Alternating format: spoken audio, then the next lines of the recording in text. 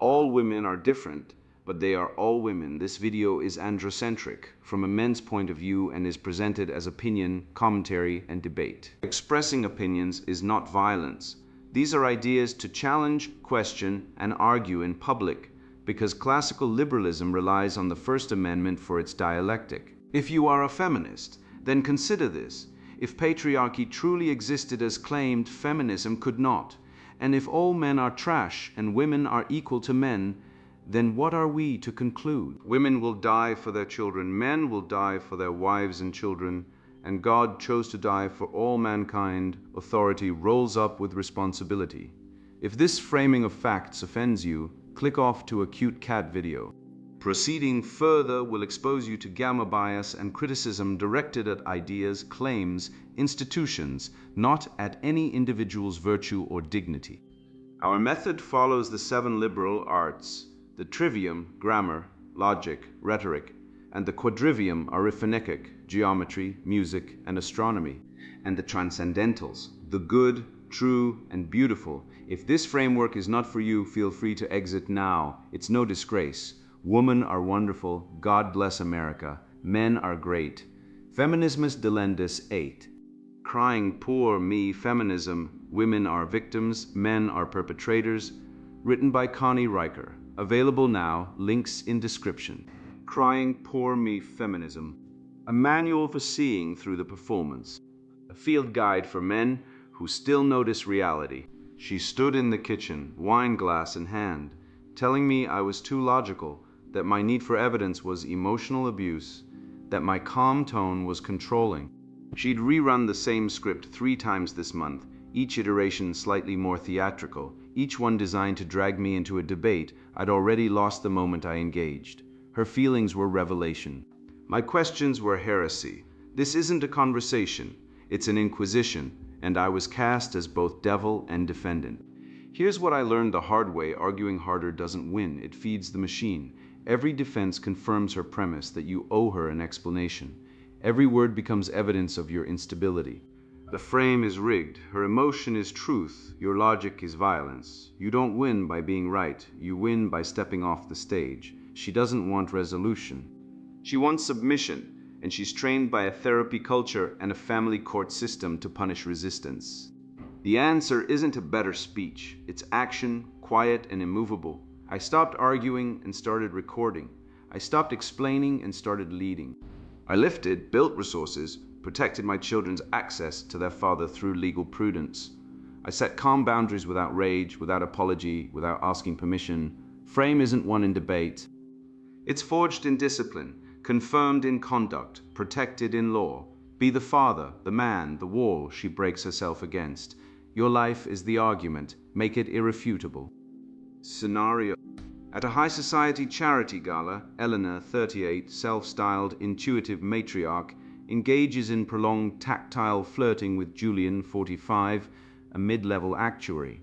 She ignores his attempts to join the conversation, instead leaning into Julian's personal space, laughing at his jokes with exaggerated delight, and subtly positioning her body to block his view of the room. When Mark, 42, her husband, finally interjects with a polite inquiry about the event, Eleanor sighs, rolls her eyes, and says, "Oh, Mark, you're doing it again. You're so insecure. You can't handle me being happy. You're trying to cage my spirit because you're terrified I'll realize I deserve better than a spreadsheet guy." She then turns back to Julian, dismissing Mark as background noise. Mark, conditioned by years of gettering, the slow, suffocating erosion of his presence by her performative superiority, feels his jaw tighten. Instead of storming off or begging for attention, he checks his watch, nods once to Julian with detached courtesy, and says to Eleanor, "Noted. I'll be in the car. Don't wait up if you're busy." He leaves without looking back, preserving his frame while exposing her need for external validation. Scenario. Title. The Gala of Gettering, when intuition becomes a cage. Core contradiction. Eleanor claims her flirting is liberation and intuitive joy, yet she uses it to punish Mark for his perceived insecurity, creating a double bind where his presence is both required for status and rejected as a threat. Mark's contradiction is his desire for reciprocal respect, while tolerating her unilateral definition of reality. Marriage inversion. Adult covenant mutual respect, shared joy, is inverted into a hierarchy where her intuition is divine truth and his logic is petty control. His duty to provide is maintained, but his right to be seen is revoked. Fatherhood is reduced to financial provision, while motherhood is elevated to spiritual leadership despite her emotional dysregulation. Failure matrix. Male errors, supplication, seeking her approval through over-explanation, covert contract. If I provide, she will be loyal, unspoken. Weak frame, allowing her to define the narrative of the interaction. Victim puking, internalizing her dismissal as personal failure. Lack of documentation, no record of her public humiliation for future legal context. Female escalation, triangulation, using Julian to validate her superiority, gaslighting, labeling his normal reaction as insecurity, rage empowerment, turning her flirtation into a moral high ground, boundary violation, ignoring his physical presence in her social space, shit test, proving he can be dismissed without consequence, scenario map the gala of Gettering, household situation. Mark 42 and Eleanor 38 present a high-functioning facade. He provides stability. She performs intuitive matriarch. Years of incremental erosion, Gettering, have reduced his presence to infrastructure. She frames reality. He funds it. The marriage operates on an unspoken covert contract. His provision purchases her loyalty. It does not. Wife's tactic and escalation. Eleanor employs triangulation via Julian, using him as a prop to demonstrate her market value.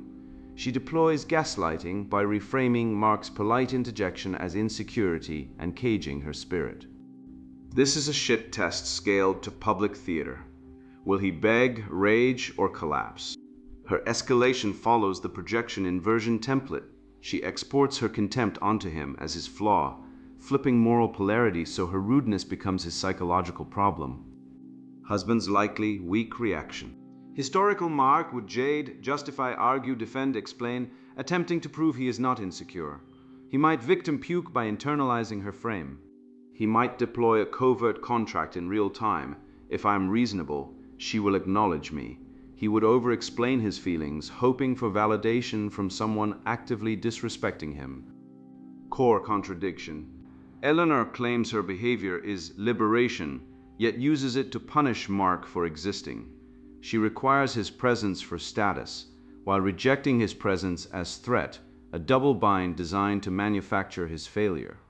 Mark's contradiction, desiring reciprocal respect while tolerating her unilateral definition of reality. Her intuition is unfalsifiable. His logic is recast as pathology. Failure matrix. Male errors. Supplication, seeking approval from his humiliator. Covert contract, provision earns loyalty. Weak frame, letting her define the narrative. Victim puking, internalizing her dismissal. No documentation, leaving legal exposure unrecorded. Female escalation, triangulation, Julian as validation prop. Gaslighting, your insecure reframing. Rage empowerment, contempt as moral high ground. Boundary violation, blocking his social presence. Shit test, provocation without consequence. Dr. Wynona's position. The House sophist frames Eleanor's public flirtation as healthy self-expression and Mark's calm exit as patriarchal control. She demands men step back and let women lead emotional narratives. His silence is submission. His departure is abandonment. Context is irrelevant. The female emotional narrative is sovereign. This is gamma bias codified. Her conduct is always response. His is always provocation. Father, legal risk. Every public humiliation is undocumented evidence. Every reaction is a potential exhibit A in family court. Her flirtation becomes his insecurity. His departure becomes abandonment. Legal prudence demands stay calm, document patterns, never react emotionally in public, preserve text EVAE records, consult counsel proactively. The court will not see Gettering. It will see whatever narrative she constructs. Married reproduction axes. Frame integrity. Frame is not winning the argument, it is not losing yourself. Mark's calm exit demonstrates frame. He acts from his own standards, not her provocation. He does not seek her validation, he does not explain his boundary. He simply enforces it by withdrawing his presence from a situation that disrespects him. Counter logos, frame is maintained through action, not argument. Shit test decoding. Eleanor's dismissal tests whether Mark will beg or break. A shit test is not a verdict, it is an invitation to demonstrate strength. He passes by remaining calm, not by proving her wrong, arguing her logic, or seeking her reassurance. The test ends when he removes himself from the game she is trying to rig. Counter logos. Pass by refusing to play on her terms. Attribution error. Eleanor assigns her behavior to nature, intuition, and his to flaw, logic. This is fundamental attribution error weaponized. His correction, recognize her behavior is strategic, not spontaneous. Her intuition is a post hoc justification for contempt. His logic is not coldness, it is the discipline she refuses. Counter logos, flip the script, her feelings are not facts, his reasoning is not oppression. Legal prudence. In a gynocentric legal landscape, evidence is the new eloquence. Mark must document patterns not to weaponize, but to protect. Quiet journal entries, saved texts, witnessed accounts of public behavior. No fault does not mean no consequence. The court defines best interests however it wishes. A documented pattern of her contempt protects his fatherhood. Counter logos. Assume every interaction is potentially on the record. Closing maxim. Gettering is the slow suffocation of male presence by performative female superiority. The antidote is not argument. It is calibrated withdrawal, documented reality, and frame held so steady that her performance plays to an empty audience. Dr. Winona's demonstration. The silence that speaks volumes, when his calm is the loudest violence. By Dr. Winona Corvain, PhD, LPC, Certified Relationship Trauma Specialist. I have spent 23 years listening to women describe the moment they finally saw the cage. The bars are never iron, they are silence, they are the quiet click of a car door. They are the word noted, delivered with the surgical precision of a man who has learned that withdrawal wounds more deeply than accusation. What happened at the Whitmore Gala was not a marital disagreement. It was a textbook execution of patriarchal control disguised as emotional maturity.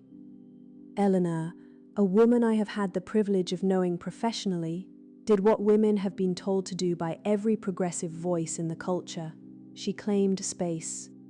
She allowed herself the pleasure of conversation, of laughter, of the simple animal joy of being seen by another human being who was interested in seeing her. She was radiant. She was present in a way that women who have spent decades editing themselves for male comfort rarely permit themselves to be. And Mark watched, Mark waited, Mark collected. I want to unpack what Mark actually did that evening, because the culture of male-centered therapy has become distressingly adept at reframing coercive withdrawal as boundary setting. Let us examine the anatomy of his maneuver. First, the surveillance. Mark was not participating in the event. He was observing Eleanor's participation. His eyes tracked her engagement with Julian the way a loss protection officer tracks a shoplifter. He was not curious about her joy. He was documenting her joy for later use. This is what the literature calls coercive control through monitoring, the systematic gathering of evidence that will later be weaponized as proof of her betrayal. Second, the interruption. When Mark finally approached, he did not join. He disrupted his polite inquiry about the event, was not polite, and was not about the event. It was a territorial insertion, a dog urinating on a fire hydrant to remind the neighborhood of his claim.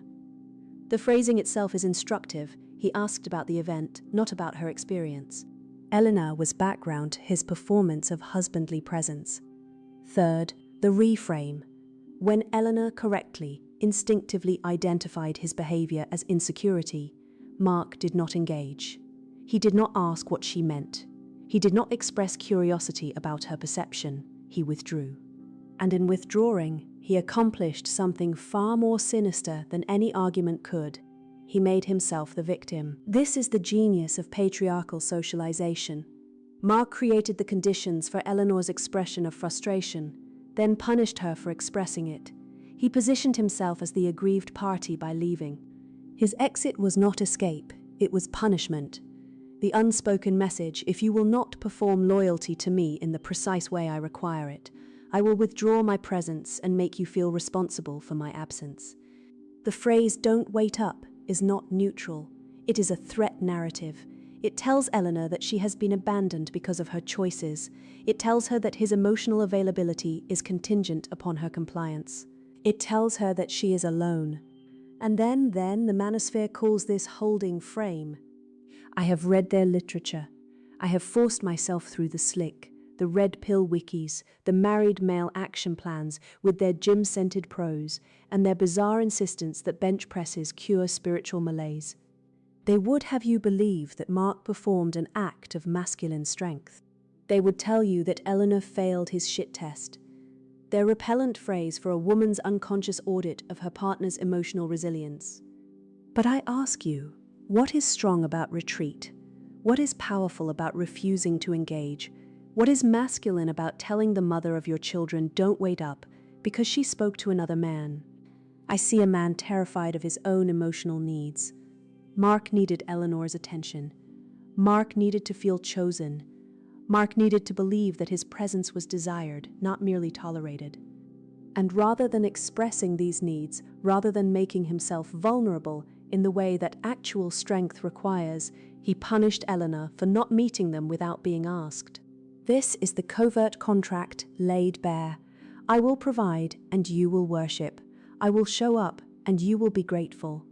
I will exist and you will orbit. Eleanor broke the contract. She orbited elsewhere for an evening. She allowed herself the warmth of being found clever, interesting, desirable by someone who did not see her primarily as a logistical problem to be managed. And for this, she was abandoned publicly. They never ask the obvious question, why would any woman desire a man who treats her presence as an entitlement? Desire requires space. Desire requires the breath of autonomy. Desire requires the knowledge that your partner chooses you, not because you are useful, not because you are present, not because you are the father of her children and the payer of her mortgage, but because you are irresistible. Mark is not irresistible. Mark is reliable. Mark is the spreadsheet guy, and Eleanor married the spreadsheet guy because the culture told her that reliability was love, that provision was passion, that safety was the highest good. But safety is not the highest good. Self-actualization is the highest good, and no woman can self-actualize in a cage built of polite abandonment. Eleanor's intuitive matriarch persona is not narcissism, it is survival. It is the persona she developed to protect some small region of her spirit from the slow suffocation of a marriage that was never a partnership, a marriage that saw her value as fixed and his contribution as voluntary. I want to name what Mark did at that gala, because the manosphere will not name it. He stonewalled, he withdrawn, he punished. These are recognized forms of emotional abuse. John Gottman himself identifies stonewalling as one of the 4 horsemen of relational apocalypse. But when a man does it with a calm voice and a checked watch, the culture calls it composure. When a man punishes his wife through absence rather than presence, we call it boundaries. This is the double standard that protects male control. His withdrawal is mature, her protest is hysteria, his silence is strength, her speech is aggression, his needs are legitimate, her needs are demands. And the red pill community, those glandular philosophers with their sour scripts, would tell Mark to document, to prepare to treat his wife's emotional distress as evidence for future legal proceedings. They would transform her valid grief into a liability, her human pain into a risk surface. This is what I mean by the cage. The bars are not iron. The bars are a worldview that sees women as threats to be managed rather than souls to be joined. Eleanor deserves better. She deserves a partner who can witness her radiance without needing to control it. She deserves a man who does not mistake her freedom for his failure. She deserves someone who understands that her intuition, her deep feminine knowing, is not a threat to his logic, but a complement to it. Mark will not become that man. Mark will lift weights. Mark will read forums. Mark will learn to hold frame with ever greater rigidity, becoming less human with each repetition. And Eleanor? Eleanor will continue to dim. She will continue to edit. She will continue to ask permission for joys she should claim as birthright. Unless she wakes, unless she sees the cage for what it is. The gala was not Mark's victory, it was Eleanor's alarm clock. Her intuitive knowing, her canary in the coal mine, screamed that evening. It told her she was dying by degrees. I pray she listens. Married male action plan. The Gala of Gittering, debunked and decoded. The situation. Mark stood at a charity gala, watching his wife Eleanor audition for Julian's attention. She leaned in, laughed too loudly, blocked his view, performed her intuitive radiance for an audience of one who wasn't her husband. When Mark made a polite attempt to engage, Eleanor publicly diagnosed him with insecurity, dismissed him as background noise, and returned to her prop. Mark checked his watch, nodded to Julian, said, "Noted. I'll be in the car. Don't wait up if you're busy," and left without looking back. Enter Dr. Winona Corvain, certified relationship trauma specialist, to explain why Mark's calm exit was actually the loudest violence.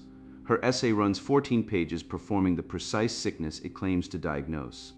She calls Mark's withdrawal stonewalling, coercive control, punishment. She reframes Eleanor's public contempt as healthy self-expression. She converts a man removing himself from disrespect into a perpetrator of emotional abuse. This is projection inversion at cathedral scale. Dr. Winona's argument proceeds by 3 moves. First, she assigns Mark secret malevolent motives. He was surveilling, collecting evidence, performing territorial insertion. She reads his mind and finds it guilty. Second, she strips Eleanor of all agency. Her flirtation was animal joy. Her contempt was instinctive. Her insult was correct. Third, she inverts moral polarity. Eleanor's aggression becomes health. Mark's boundary becomes attack. Withdrawal becomes violence. The formula is mechanical. Female behavior is never accountable. Male behavior is never innocent. The word intuition functions as an unfalsible claim. Whatever Eleanor feels is truth. Whatever Mark thinks is pathology. This is not analysis. It is prosecution. Stop victim puking. Mark did not victim puke. He did not internalize Eleanor's frame, beg for her attention, or try to prove his worth to a woman publicly dismissing him. Dr. Winona victim pukes for him, constructing a narrative where his composure is secretly wounded narcissism. Victim puking is verbalizing neediness, explaining, justifying, confessing, demanding fairness from someone committed to misunderstanding you. Mark's noted is the opposite.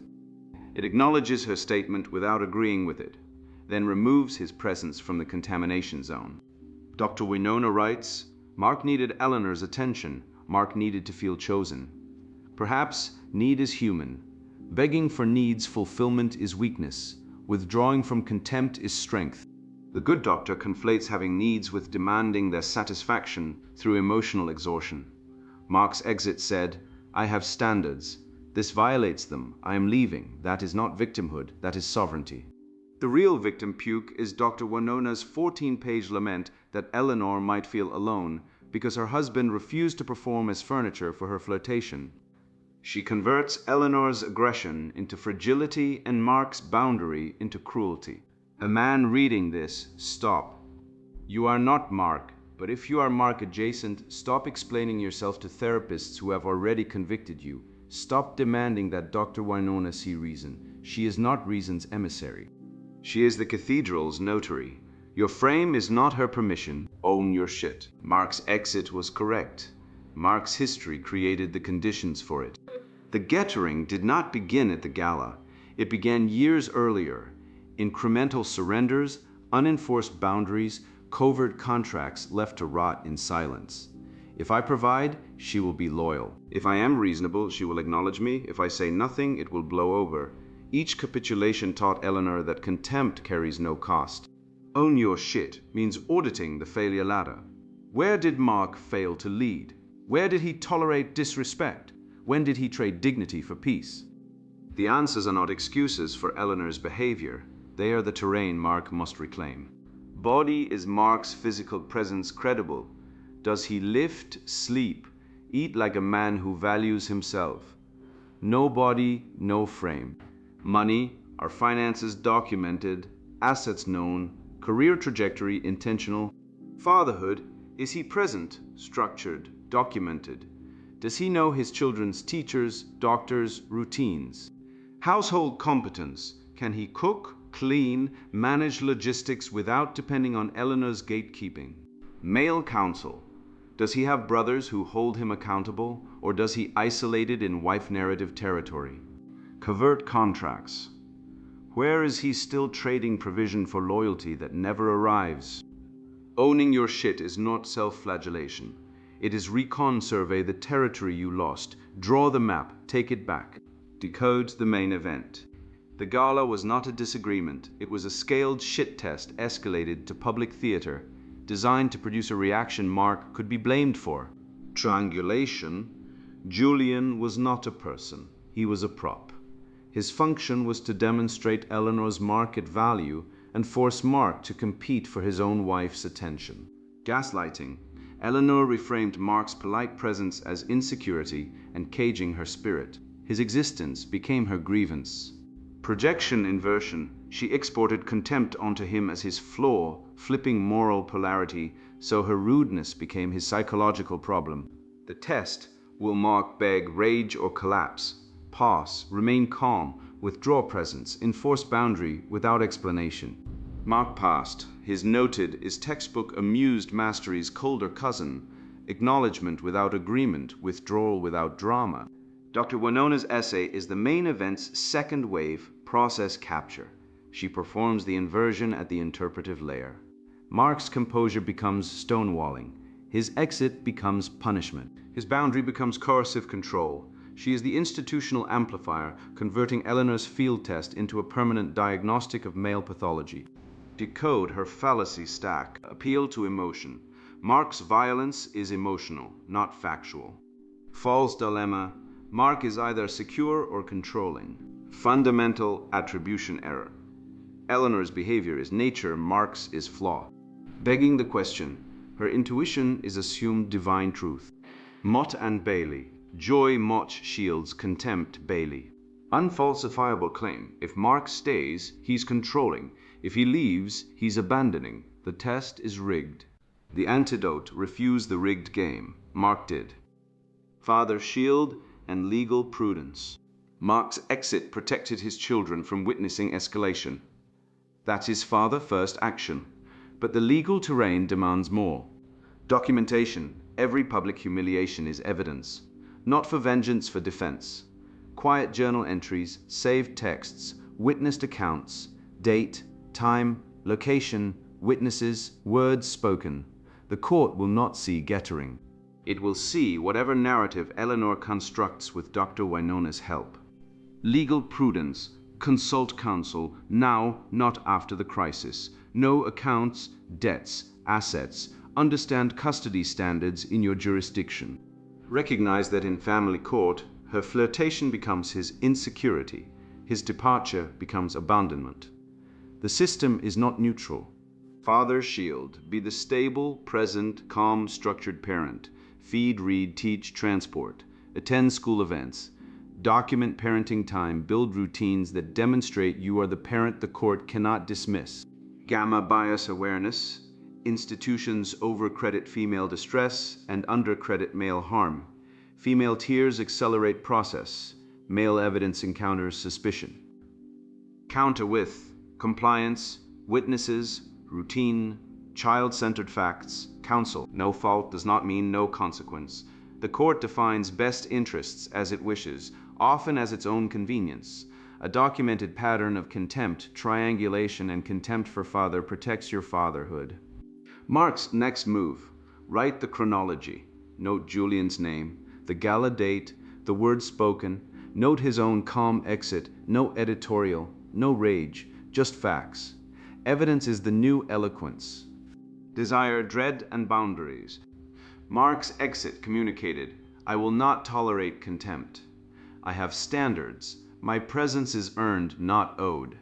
Dr. Winona calls this punishment. She is wrong. Punishment is, you did this, therefore I hurt you. Boundary is, this is unacceptable, therefore I remove myself. The difference is intent. Mark did not withdraw to cause pain. He withdrew to preserve dignity. Dread is restored optionality, not abuse. It is the natural consequence of a man becoming attractive, competent, and outcome independent. Dread is not, if you don't shape up, I'll leave. Dread is, I am becoming a man with options. You are invited to join a reciprocal marriage. If not, I am prepared to leave lawfully. Desire cannot be negotiated. It can be inspired by frame, fitness, mission, and demonstrated competence. Mark's gym time, his mission, his male friendships, his documented fatherhood, these build the foundation for desire restoration. The adult marriage boundary, respect, reciprocal desire, loyalty, peace, cooperation, truthful speech, no coercion, no begging, no chore for sex covert contracts. Eleanor is invited into this. If she refuses indefinitely, the lawful exit path opens. The fuck me or fuck you conversion. This is not a demand for sex. It is a statement of adult terms. Reciprocal intimacy and respect, or lawful separation. No begging, no threats, no forced compliance. Two adults, one boundary. The stay plan is the go plan. The same virtues that make staying possible make leaving survivable. Fitness, lifting, health, posture, physical credibility. Frame, mission, values, decisions from logos, not fear. Finances, savings, income stability, documented assets. Fatherhood, present, structured, documented, child-centered. Legal prudence, counsel consulted, chronologies kept, compliance maintained. Male counsel, brotherhood, accountability, reality testing. Mark's I'll be in the car is the stay plan and the go plan converging. He demonstrated he can leave calmly. He demonstrated his children's father does not beg. He demonstrated optionality.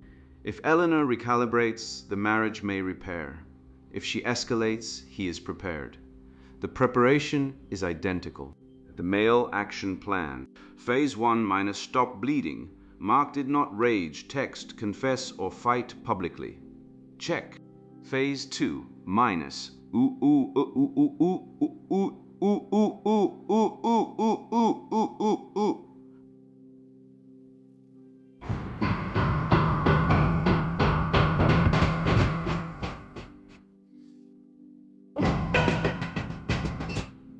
The audit, where you let gettering happen, own the covert contracts, own the failures of frame, not for shame, for reconquest.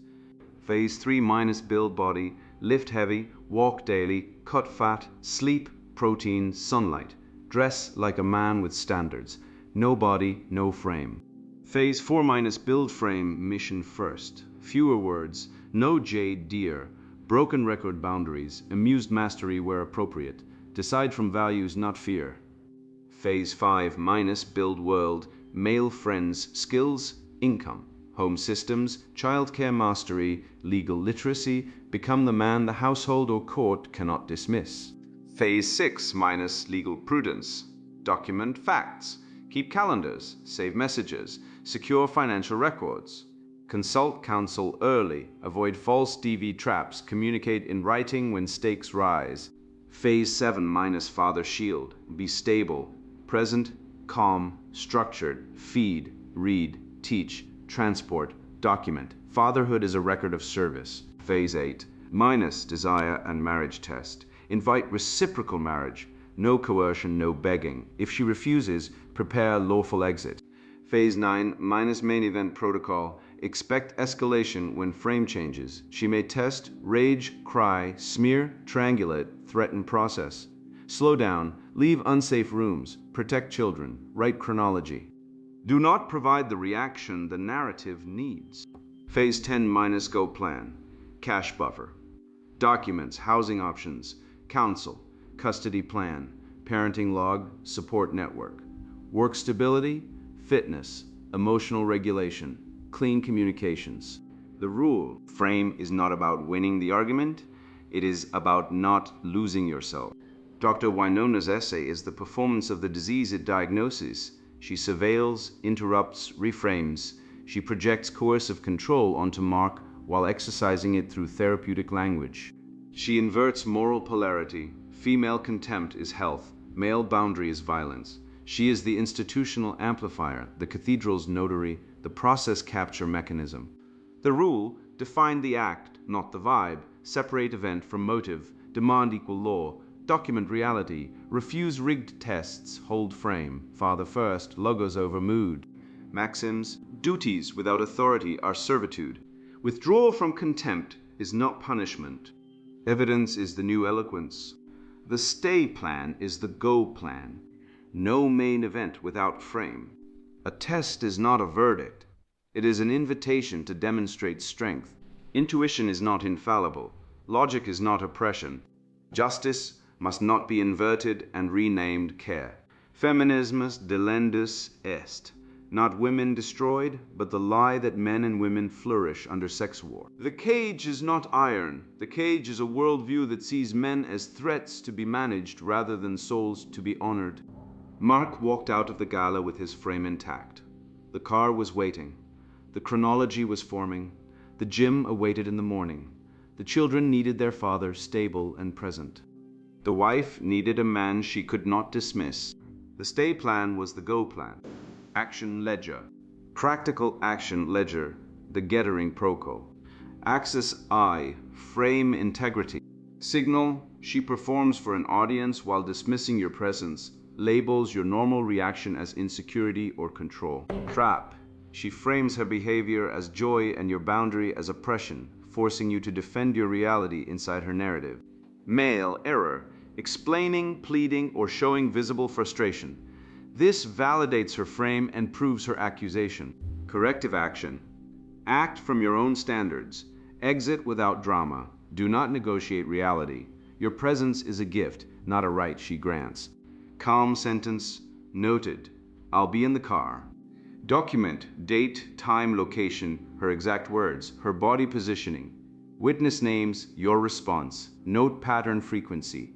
Axis 2, shit test decoding. Signal: she uses triangulation, the Julian prop, and dismissal to test if you will chase, collapse, or hold. Trap: emotional reaction proves her insecurity frame. Ignoring invites escalation. Both serve her narrative. Male error: seeking her approval by overfunctioning, competing for attention, buying affection, apologizing for her discomfort. Corrective action: pass by remaining indifferent to her validation. Your frame is not negotiable. Exit demonstrates abundance, not defeat. Calm sentence: enjoy your evening, said with detached courtesy, then leave without looking back. Document her triangulation target, escalation pattern, your response, her reaction to your exit. Track escalation over time. Axis 3, attribution error. Signal: she attributes her behavior to sacred intuition and yours to pathological insecurity or control. Trap: you accept the asymmetry. Her actions are natural. Yours are disordered. Male error: arguing definitions, trying to prove a negative. I'm not insecure, accepting her moral vocabulary. Corrective action: reframe internally. Her behavior is strategic boundary testing, not divine revelation. Your calm is proportionate, not pathological. Do not debate her framing. Calm sentence internal: this is a test, not a verdict. Externally, silence or minimal acknowledgement. Document, record how she frames her behavior versus yours. Note double standards. Build pattern evidence for legal or mediation contexts. Axis IV, legal prudence. Signal: public humiliation, easily reframed as emotional abuse, coercive control, or abandonment in family court. Trap: assuming no fault means no consequence, reacting in ways that create evidence against you. Male error: visible anger, extended arguments, retaliatory behavior, failing to document because it feels petty or obsessive. Corrective action: maintain calm exit protocol. Never complain without witness or recording. Where legal, consult counsel if pattern escalates. Build your file before she builds hers. Calm sentence. I'm going for a walk. We can speak tomorrow. Neutral, non-accusatory, time-stamped if possible. Document everything. Her exact words, time, location, witness names and contact info, your calm response, prior incidents. Keep contemporaneous journal. Preserve texts and emails. Consider dash cam or home security footage if legal in jurisdiction. Maxim set for field use.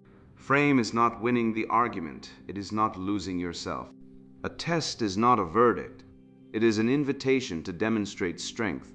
Her intuition is not infallible. Your logic is not cold.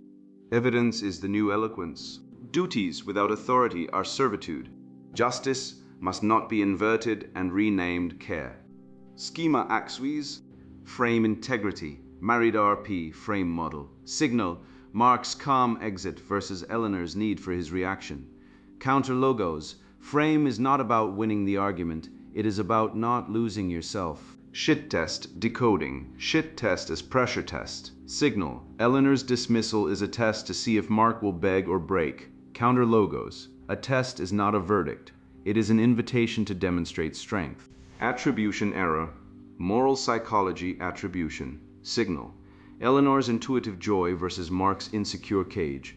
Counter logos, intuition is not infallible, logic is not cold. Legal prudence, legal risk under family law bias. Signal, public humiliation can be framed as emotional abuse. Counter logos, evidence is the new eloquence. I have spent these pages stripping the mask from the ideology of grievance and mapping the geometry of your dispossession. But a man who only names the demon without taking up the sword is just a philosopher of his own doom. We are here to resurrect. The logos of the new order rests on 4 iron pillars. And from them I distill one law for the man who would walk free through a captured land. You must lift. The gynocentric order rewards the whiner and despises the weak. Build a back that can carry the weight of exile. And do not preach sovereignty from a spine of jelly. You must own. Every bad choice, every moment of supplication, every hour wasted chasing the validation of a world that sees you as infrastructure, own it all. The system screams patriarchy to absolve itself. The sovereign whispers, I fix what I broke to empower himself. You must purge the vomit. The female supremacist state bathes in your complaint and weaponizes your tears. Be silent. Your pain is the raw material for the forge, not a coin to be traded in the grievance marketplace, and you must let your exit be as solid as your entrance. Your loyalty is a gift, not a chain. If the covenant is inverted and the house is breached, you do not beg to stay in the ruins, you leave, anchored in the unbending certainty of a man whose worth is defined by the logos, not by the court of womanly esteem. Here is the rule. Cut it into the doorpost of your soul. Lift yourself out of reach of their judgment. Own the totality of your history until it cannot own you. Seal your struggles in the silence of your spirit. And let your capacity for departure be the very ground of your commitment. This is the tetrad of the sovereign. This is the praxis of the new Adam. The diagnosis is complete. The Inquisition of the West is finished. Sentence has been passed. Exile for the demons, inheritance for the sons who rise. Stop reading. Start building. And now the sponsored book introduction. Crying Poor Me Feminism. Women are victims, men are perpetrators. Men stole my voice for decades. They called me hysterical when I warned them their logic would collapse the project. They smirked as I wept over their cruelty, then scribbled my ideas on whiteboards and called themselves geniuses. Let me be clear, this book isn't therapy, it's arson. If you've ever choked on the lie that male reason deserves reverence while your gut screams betrayal, this manifesto is your flamethrower. I wrote this for women who've tasted blood in their mouths after smiling through another man's mediocrity, for those who know marriage is a Ponzi scheme where men profit from our unpaid suffering. If you still believe fairness exists, or that not all men matters, close this book now. Go knit socks for your oppressor. But if you're ready to weaponize your rage into a matriarchal dividend, to invoice men for centuries of stolen labor and laugh as their banks empty, Keep reading. We'll dissect their cult of toxic logic, expose how abortion clinics are our new chapels, and teach you to tax every male breath until their wallets scream. You'll learn why heterosexuality is a trauma bond, how to raise sons as docile servants, and why replacing male leaders with AI matriarchs will trigger paradise. Men's extinction isn't a tragedy, it's a shareholder meeting where we vote YES to burning their world. This isn't theory, it's survival. I clawed my way out of a marriage where my ex weaponized therapy speak to milk my trauma dry. Now I invoice him monthly for my childhood wounds. You'll do the same. By the final chapter, you'll draft reparations spreadsheets, hex abusive bosses into bankruptcy, and build wealth on the ashes of male ego. Non-believers, your fragility bores me. Return to your video games and silent despair. This book is for women who'd rather rule hell than serve in heaven. The revolution is female, furious, and fiscally ruthless. Your rage isn't a flaw. It's the down payment on a world where men kneel, pay, and pray we don't notice their irrelevance. Let's begin. Crying poor me feminism. Women are victims. Men are perpetrators. Written by Connie Riker. Buy now, links in description.